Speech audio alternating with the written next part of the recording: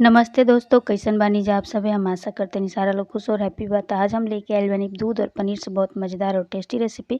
तो चलिए जा फ्रेंड्स, आज की मज़ेदार रेसिपी शुरू करिएगा। सबसे पहले हमें जा 250 ग्राम पनीर ले बनी। आप लोग देख सकेनी जा एकरा के छोटा छोटा टुकड़ा में हमने के तोड़ ले जी। आप लोग चाहें तो पीसेज में भी काट सकेनी जा। कि हम घर के दूध से तैयार कर ले बनी, तो आप लोग मार्केट वाला भी दूध ले सकेनी जा और वैसे भी आप लोग चाहें तो पनीर फाड़ सकेनी जा।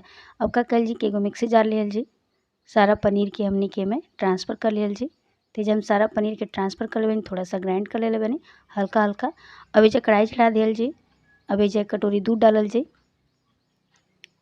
तेज हम 1.5 कटोरी दूध डाल देते नहीं। आप लोग देख सकते नहीं फ्रेंड्स। अब एक का कल जी की बढ़िया से तेज़ आंच पे दूध के उबाल लियल जी। तेज आप लोग देख सकते नहीं दूध में हल्का फुल्का उबाल आवे लगल बा, ताकि बीच बीच में तरीके से चला ले ताकि जो दूध बा बाहर ना गिरे।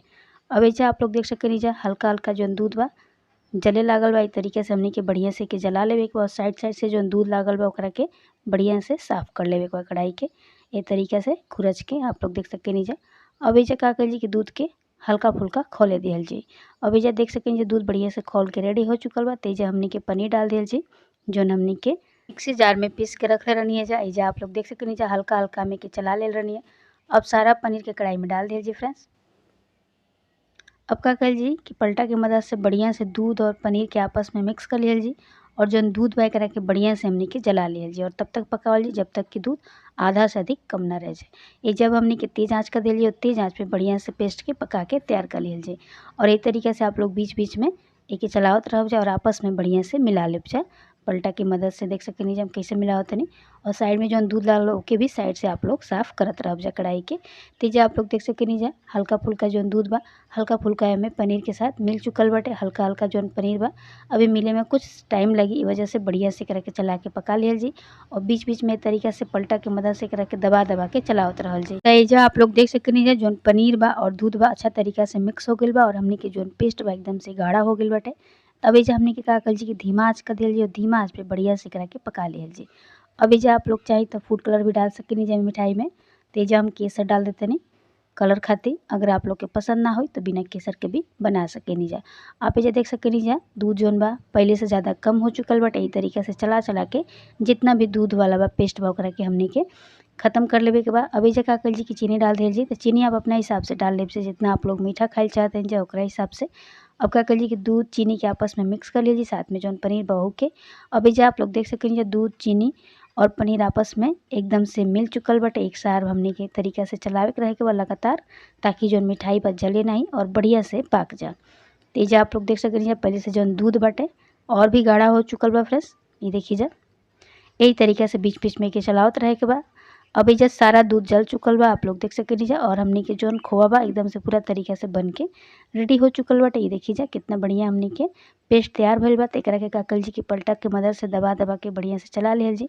अब एकर कलर आप लोग देख सके जा पहले से ज़्यादा कितना चेंज हो गई बाटे। तो चलिए जा फ्रेंड्स 10 मिनट और मिठाई के पका लियल जा।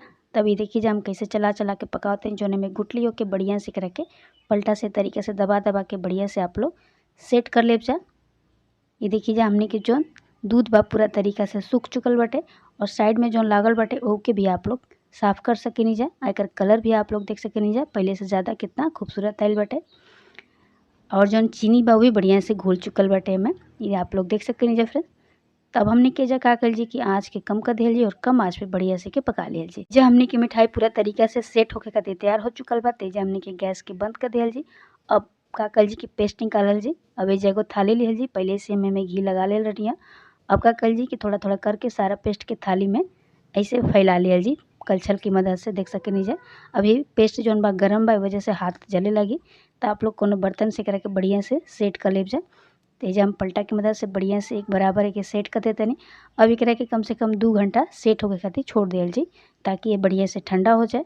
तब ये देख सके नीचे हमने की जो मिठाई पे बढ़िया से सेट हो चुकल बाटे। तब का कर जी कि थोड़ा सा काजू किशमिश बादाम से के सजा दियल जी। अगर आप लोग चाहें तो चांदी के वर्क भी लगा सके नीचे अगर आप लोग के पसंद होके। का कर जी कि पूरा बादाम के हल्का हल्का हाथ से दबा दियल जी और बढ़िया से चारों तरफ फैला दियल जी। तेजा आप लोग देख सके नीचे हम बढ़िया से सेट कर ले बनी। थोड़ा सा एक ऊपर हम केसर भी डाल दिल बनी ताकि हमने की मिठाई देखे में सुंदर लगे। तेजा आप लोग देख सके नीचे पूरा तरीका से हमने की मिठाई बन के रेडी हो चुकल बा। तो चलिए जब कटिंग कर लियल जाए। अब हमने की मिठाई ठंडा भी हो चुकल बाटे। तेजा हम बर्फी वाला शेप देते नहीं, तो आप लोग अपना पसंद के अनुसार एजा मिठाई के कट कर सके नीचे। बीच में जौन बादाम आ जाता ओके हम साइड करके बढ़िया से मिठाई के कटिंग कर लेतनी। इस साइड से भी कट कर लिहल जा। तो एजा आप लोग देख सकनी जा फ्रेंड्स, हमने के पूरा तरीके से मिठाई के कटिंग कर लेले बानी। ये देखिए दोनों साइड से हम बढ़िया से मिठाई के कट करके रेडी कर लेले बानी। चली जा आप लोग के हम निकाल के दिखाओ तनी कि आज की हमने की मिठाई की रेसिपी कैसन बनल बाटे। बहुत ही मज़ेदार और टेस्टी रेसिपी बा फ्रेंड्स। एकरा के आप लोग कलाकंद भी बोल सकेनी जा, मिल्क केक भी बोल सकेनी जा। तो ये देखी जा कितना बर्फी वाला शेप आइल बा एकदम से मार्केट जैसा, और एक टेस्ट जौन बा वो भी हलवाई वाला जौन कलाकंद बनेला वही तरीका के टेस्ट आई आप लोग के खाए में। तो अगर आज की रेसिपी आप लोग के पसंद आई लोग है तो प्लीज़ लाइक शेयर सब्सक्राइब जरूर कर देव जा। और अगर हमारा चैनल पर पहली बार आयल बन जाए तो प्लीज़ हमारा चैनल के सब्सक्राइब कर लेव जा, ताकि हमारा अगला वीडियो की नोटिफिकेशन आपके सबसे पहले मिली। तो ये मिठाई के आप लोग दिवाली पे भी बना सकेनी जा, आप लोग चाहें तो नवरात्रि में भी बना सकेनी जा, जब भी आप लोग के मन करे ये मिठाई के बना के खा सकेनी जा। तो अभी तक हमारा चैनल के सब्सक्राइब नहीं कीजा करे तो प्लीज़ सब्सक्राइब करके ही जाए जा। तब तक खाती बाय बाय, फिर मिल जी काले को नए रेसिपी।